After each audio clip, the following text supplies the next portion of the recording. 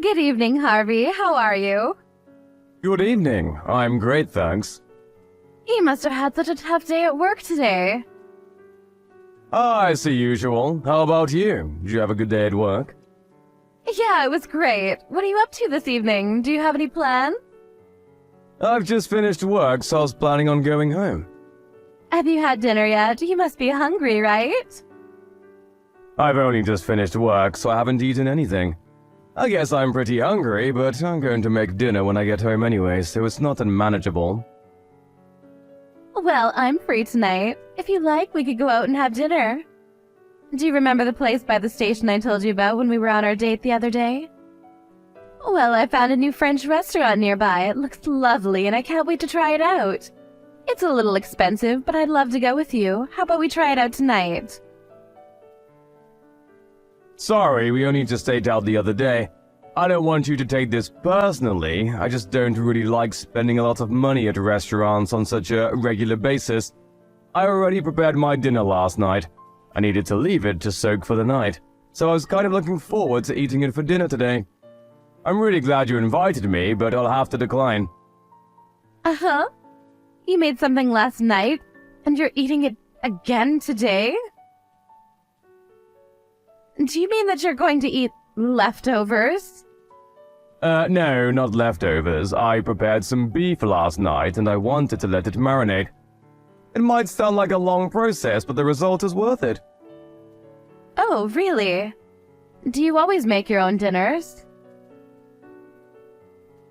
Yeah, I enjoy cooking, so I'm always trying out new recipes. And I like the challenges of using up what's in my refrigerator to make dinner, rather than going out to eat or buying some stuff.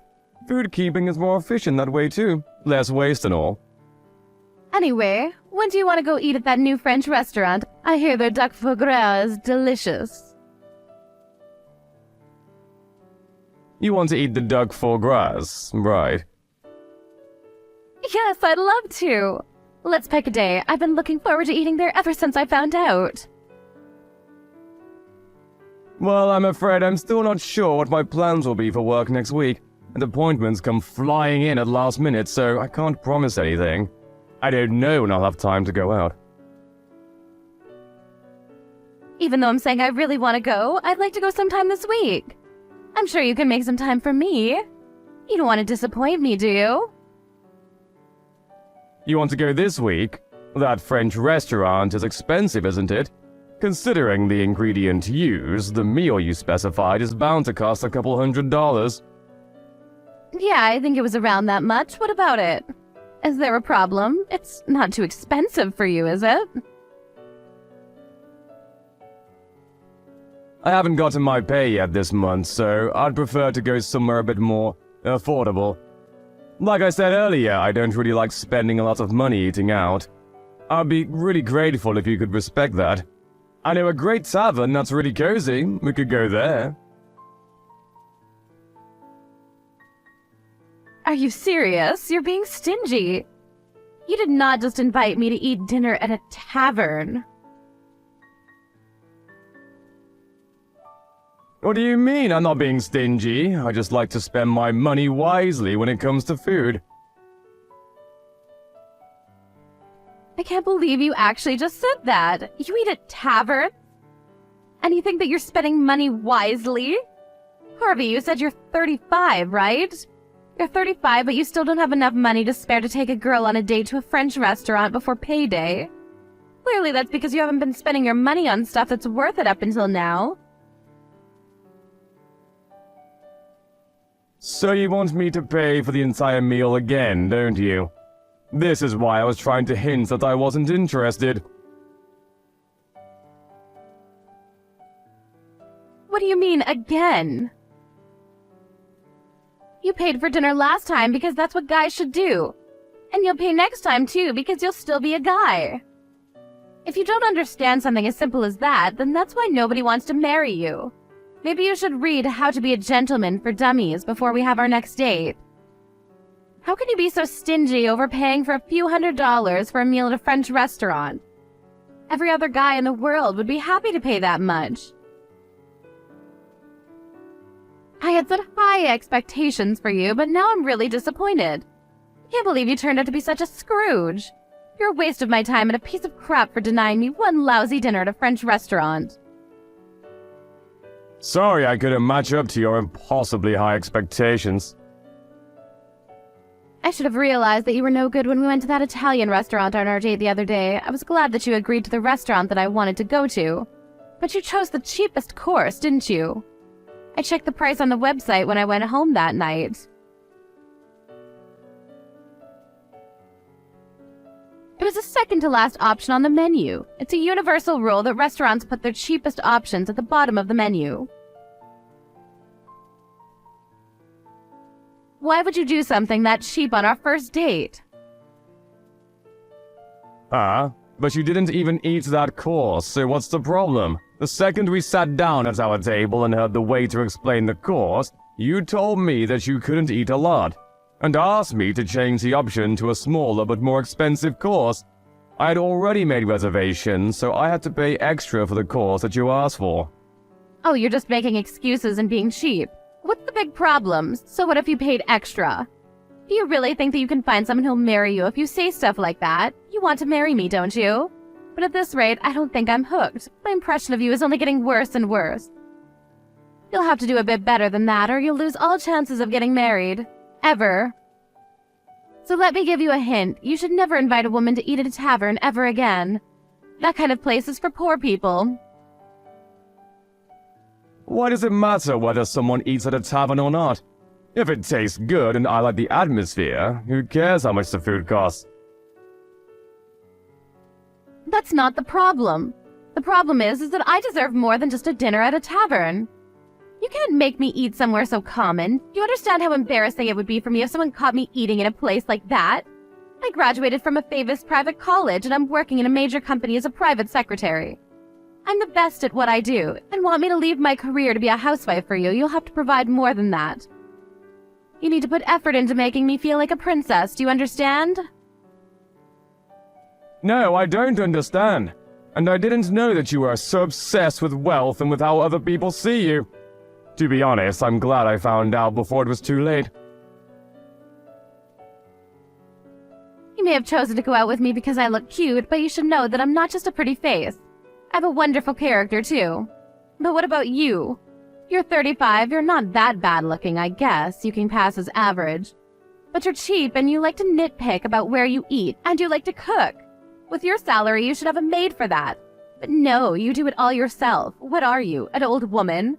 I was shocked when you told me that you didn't want to go out to eat before your payday, too. You should have enough money saved up now to go eat whenever you want. Why do you have a problem with spending money? I'm sorry, I didn't think you'd reacted this badly to how I spend my money and my free time. If you think that badly of me, then maybe we shouldn't talk to each other anymore. I'm not interested in going out to eat food with someone who'll insult me for how much I pay anyway. I want to enjoy my meals with someone, not impress them with a more expensive meal in a fancy restaurant. Are you rejecting me? You've wasted so much of my time and you're just going to give up on dating me? You can't do that. Well, I didn't mean to waste your time, but if that's what you think I've done, then maybe there's no saving this, or whatever this is. You're unbelievable. You don't understand how I feel at all. Can't you be a bit more sympathetic? Sorry about that. On top of that, you were saying at a speed dating party that you earn $100,000. Was all that a lie? Did you just deceive me so that you could date me? No, I didn't deceive you in particular. To be precise, I didn't earn 100,000, but... I knew it, you liar! I'm going to sue the host of that party. You should be more careful about who they allow to attend. I'll make sure you can never participate in another party like that ever again. And without speed dating, you'll never find someone to marry you. A liar like you doesn't deserve a second chance. You're already 35 and haven't already got a girlfriend, then you might as well give up. There's no hope for you. Nobody will ever want to be with you anyway. That's your punishment for wasting my time. You only get what you deserve. You say that I wasted your time, but we only had one date together after the speed dating event. And it's not like we spent a lot of time together that night either. We went out to eat at that Italian place and went home afterwards.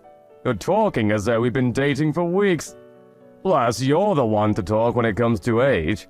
You're older than me, aren't you? I can't believe you'd ask a girl how old she is. You're the most horrible person ever. I get it that you're not a gentleman, but don't you have any manners? A girl? If you think that I'm old, then I think I have the right to argue that you're too old to consider yourself a girl. You said you were working at the Morris Corporation, right? I think you said that you were a private secretary. Yeah, so what? What does that have to do with anything? I happen to know the senior vice president of that company. I got the chance to meet up and talk with him the day before yesterday. I heard some really interesting stuff. What? How on earth do you know him? Where could someone like you possibly have met him? He informed me that there was no private secretary called Isabel Smith working there. What does that mean? You went on and on about me lying to you about my salary, but you lied to me about what your position is. I'm not officially called a private secretary, but I do things that a private secretary is required to do. He can't have forgotten about me. You say that, but what kind of stuff do you do? You don't seem to have made a great impression on your VP. Well, for your information, I check schedules and prepare coffee for the people in the department. What else would a private secretary do? Really? I guess that's all you can be entrusted to do. What's so funny? Nothing. I just thought that it's interesting that you're doing stuff that's usually left to the newbies. I would have expected a private secretary to be more involved and carry out more personal tasks that need more attention to detail than remembering how many sugars your employee wants in his coffee. Are you looking down on my work? Don't be so rude. I'm proud of what I do. It may seem unimportant to you, but it actually makes a lot of difference. I don't deny that even the simplest and smallest jobs are all part of the bigger picture, but if that's all you do, then I have some doubt about whether you're the best. I asked him about you. Huh? What did he say? He told me that he had heard a lot about you from your colleagues. Seriously? Has he been asking my colleagues about me? I wonder if he wants to go out with me. What else did he say? He says that you stand out a lot. He mentioned how you wear really flashy clothes, despite only ever working in the office. Yeah, well, I take care of the way I look. I'm always aiming to be my number one self. Since I'm so pretty, I guess that means the guys can't keep their eyes off of me. He also told me that you used to be pretty, but now, because of the way you dress, even if you were in the sales department, it would be too embarrassing for the company to send you out to visit clients if you were dressed like that. He said that he thought you needed to be more aware of your own age. That's pretty much what you said to me, so how does it feel to have your poison spat back at you? What? He said that I'm embarrassing? Why would he say that? I thought you said he was interested in me. I never said that, you just assumed. Anyway, I was really surprised when I heard this, but I found out that you entered the company in the same year as the VP. You entered the company after graduating college, and if you've been working the same number of years as him, then... What about it? If that's the case, then it doesn't make sense. What doesn't make sense? Can you get to the point? Your age, or the age you announced you were at the speed dating party. You told me that you were 38. But the funny thing is, the senior vice president told me he was 45 just the other day. You were lying about your age, weren't you? He's just misremembering things. He didn't enter right after college. He was... Yeah, he told me that he went abroad for 2 years after college before entering the company. But even then, that means he's been working at Morris for 22 years. You entered at 21, so plus 22 equals the sad truth you tried to hide. How dare you try to calculate a girl's age? Just how insensitive are you? You're not a girl anymore. If you at least owned your age, I would have had more respect for you. But instead, you just insulted me about my age and my spending habits. Even though every word would boomerang back to you. At first, you seemed nice, funny, and even smart. I wouldn't have cared if you had lied about your age because I would have understood that it had really bothered you. I wanted to talk with you more, but you just lashed out at me for not taking you to a French restaurant. You didn't even thank me for paying for the meal. And more the last time we ate, so I don't think I'm interested anymore. Let's forget this ever happened and go our separate ways. That's my line. I don't want to date a man that lies about his salary. If you don't have enough money to keep up with my needs, then I would have dumped you someday anyways. But you really wasted my time. It's true that I didn't write the exact amount that I make, but that doesn't mean that I make less than what I said. I actually make more.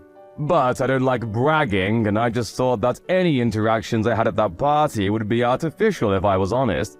So I took it down a few notches. I wanted to avoid women like you, but I guess I got caught anyway. Huh? What are you talking about? I thought you were just a normal office worker. Yeah, I did say that, but it's not like my position makes me any better than an office worker anyway. I didn't see the point in clarifying, but just for the sake of rubbing it in your face, I actually own a company. It's just a venture, so it's not that big, but for the past few years our numbers have been going up, so we've made quite a profit. I've been investing in property too, so I earn way more than the 100K I told you about. Unfortunately for you, I used to be poor, so I can't get out of the habit of being careful with how I spend my money, even though I have plenty to spare. I've been putting most of my earnings into a savings account, and I just withdraw a fraction of the total to use the bills and groceries.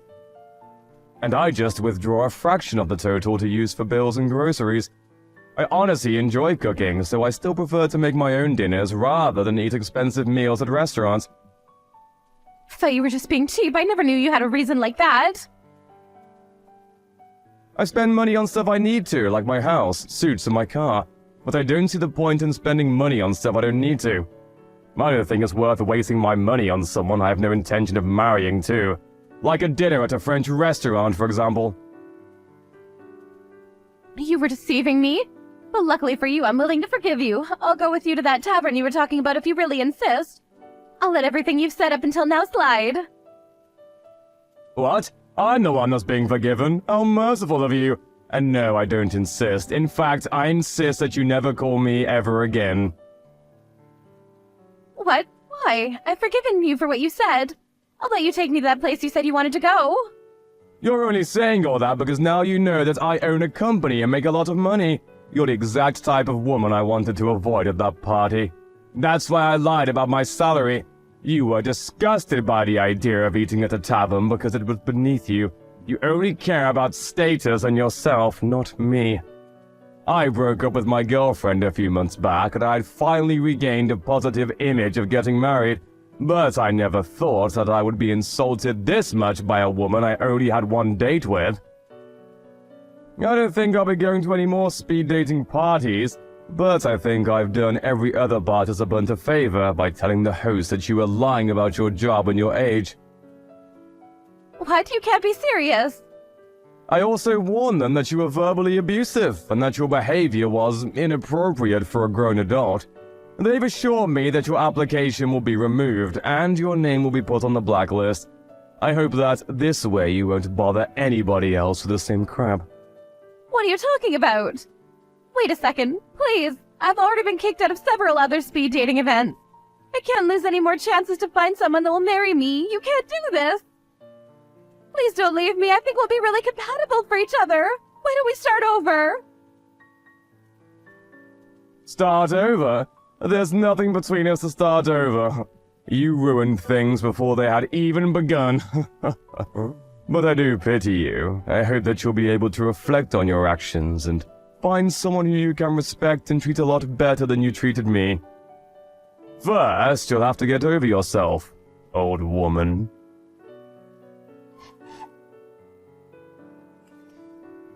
Thanks to Harvey reporting Isabel to the host of the event, she was banned from participating in any other events with the same matchmakers.